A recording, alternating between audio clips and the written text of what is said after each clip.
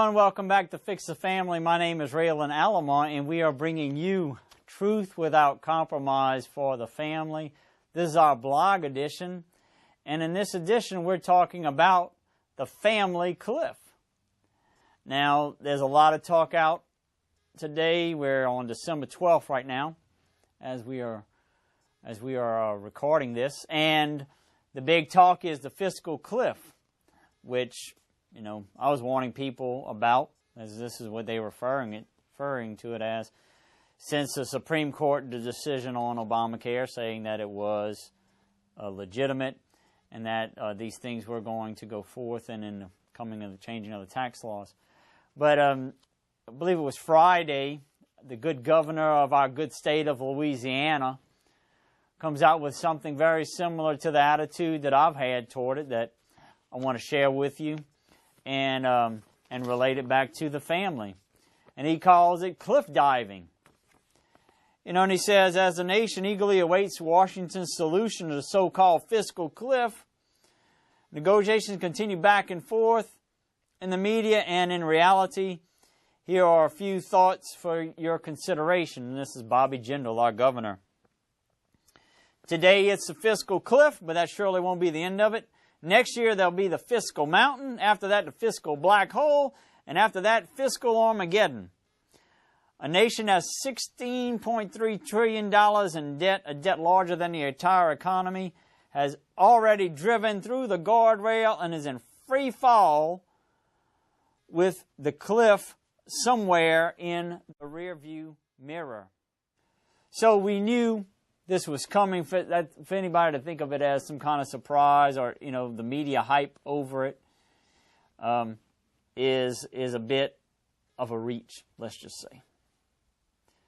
And then and I want to just kind of point out that for those, this is directed toward those who are saying our civilization is over, and all these Armageddon type of predictions and postures, and it's all over, especially since the election.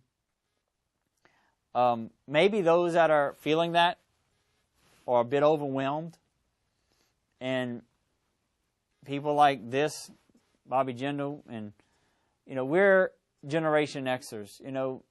Maybe we're the ones that 20 years ago you were shaking your head about, and he just comes up with some solutions. That's what human beings do what men do whenever we are faced with problems, and he gives an outline of the solutions to this problem. And they are some very common sense things. And getting back to basics. And he just lists them out here. Federal Balanced Budget Amendment, cap on discretionary mandatory federal spending, supermajority to increase taxes, term limits. And then he goes on to say, after he just lays out these few basics, says, now that I've offended everyone in Washington, a few thoughts. So he's going to lay out the basics even though it offends somebody. He says the last thing that we ought to do is to raise the debt ceiling again, back to the basics, avoiding debt. So what I'm seeing myself is that that's a problem. That's a problem for politicians to handle, for the government to handle, but that's not everything, because undergirding all this is a much more serious problem I call the family cliff.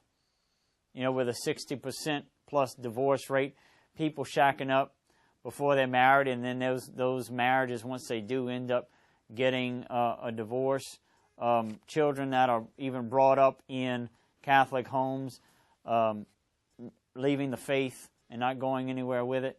And it's not to paint such a bad picture, but the reality of things, and to say there is hope. There are things that you can do to make a difference. And just like Bobby Jindal, I'm here on this website, out on the internet, to tell you that, no, it's not the end of the world. It's not all over. And there are things that you can do that are going to make a difference if you want things to improve, if you want a different way than what the general populace is getting out of family life.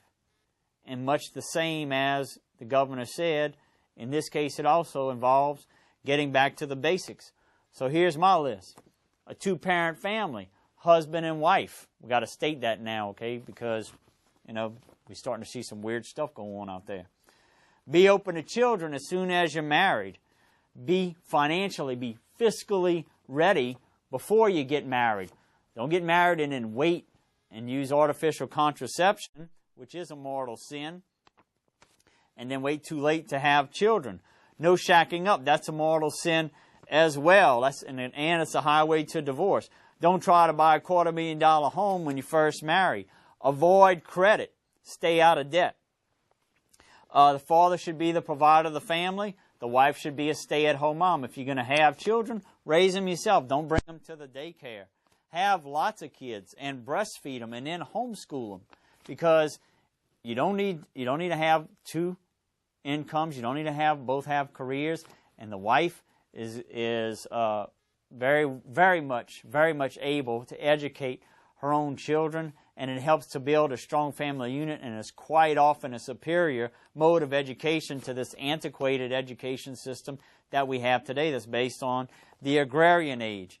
You know, people are learning over the internet now, and that's what all the schools are starting to use more and more of.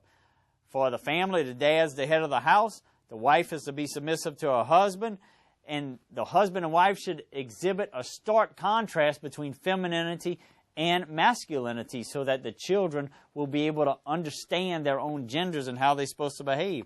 Raise our boys and girls differently, and don't send your daughters to college.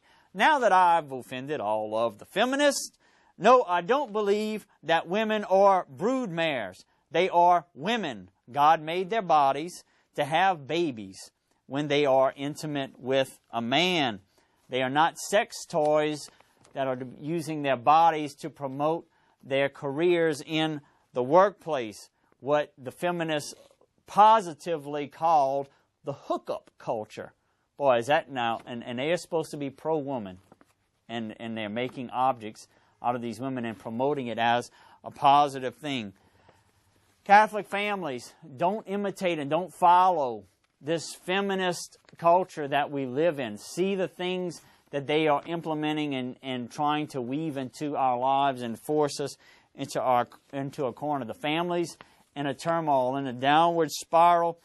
Catholics should be leading the way and not following along those ways.